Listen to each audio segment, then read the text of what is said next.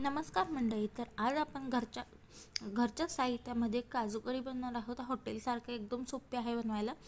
तर इथे मी अर्धी वाटी काजू गरम पाण्यामध्ये टाकलेले आहेत आणि 2 कांदे टाकलेले आहेत. याला आपल्याला 10 ते 12 मिनटं छान असं उकळून घ्यायचं आहे.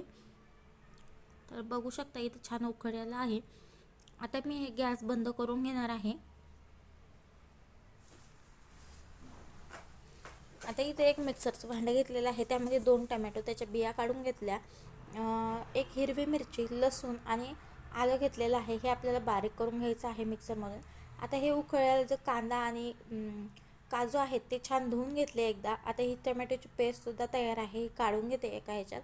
आणि याच मिक्सरच्या भांड्यामध्ये काजू आणि जे कांदे आहेत ते आपल्याला बारीक करून घ्यायचे आहे. त्याचीसुद्धा पेस्ट तयार करून घ्यायची आहे.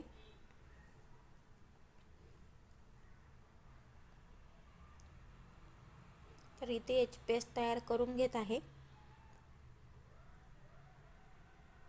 आता ही पेस्टसुद्धा तयार आहे.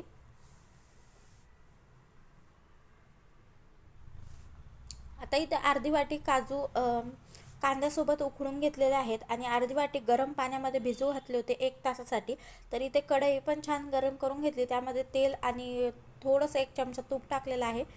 इथे तेजपत्ता, 2 ते 3 विलायची आणि दालचिनीचा तुकडा टाकलेला आहे आणि एक छान बारीक चिरलेला कांदा टाकलेला आहे. कांदा छान परतला की यामध्ये आपल्याला जे आपण टोमॅटो आणि टोमॅटोची त्याची पेस्ट तयार करून घेतली होती ती टाकायची आहे. त्यानंतर यामध्ये आपल्याला लाल मिरची पावडर, हळद, गरम मसाला आणि धने पावडर हे टाकायचे आहे. यांना सगळ्यांना छान असं परतून घ्यायचं आहे.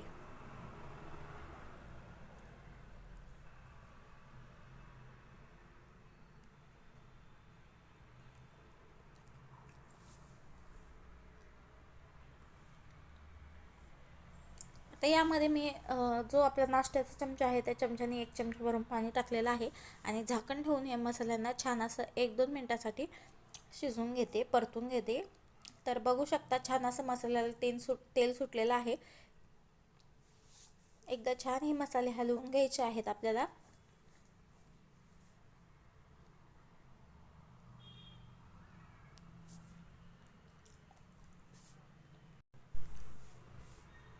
तर इथे तेल छान सुटलेलं आहे मसाल्याला. आता यामध्ये काजू आणि कांद्याची पेस्ट टाकून घ्यायची आहे आपल्याला आणि ती सुद्धा छान परतून घ्यायची आहे. तुम्ही एकदा अशा पद्धतीने एकदा ही भाजी करून बघा, खूप मस्त होते आणि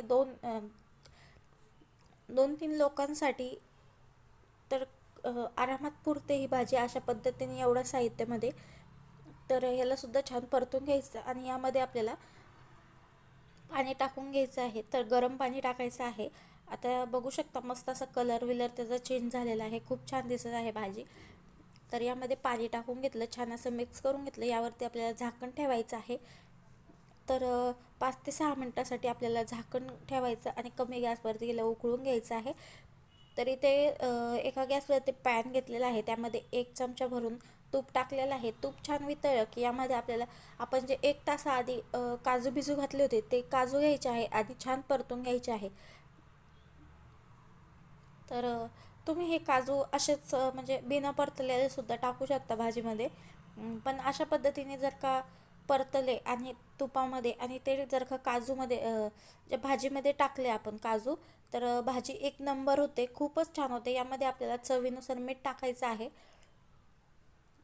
भाजीमध्ये छान असं मिक्स करून घ्यायचं आहे.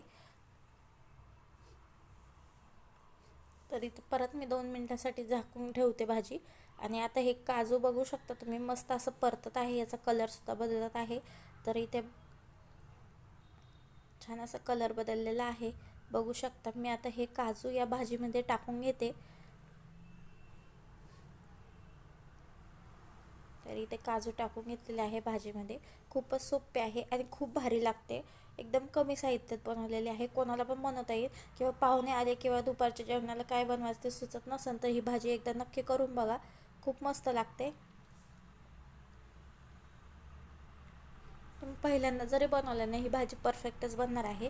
एवढी सोपी भाजी आहे. छान असं 2-3 मिनटासाठी कमी गॅसवरती छान उकळून घ्यायचं आहे भाजीला.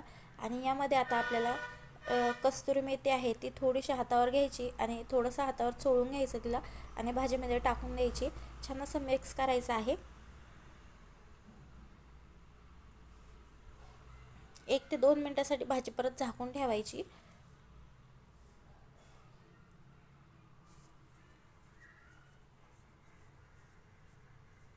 आता मी यावरचं झाकण काढून घेते आणि यामध्ये आपल्याला बारीक चिरलेली कोथिंबीर टाकायची आहे. वरतून बघू शकता भाजी एकदम मस्त दिसत आहे.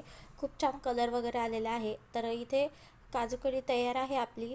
तर तुम्ही सुद्धा एकदा नक्की करून बघा. भेटूया परत अशाच नवीन एका छानशा रेसिपीसोबत. तोपर्यंत बाय.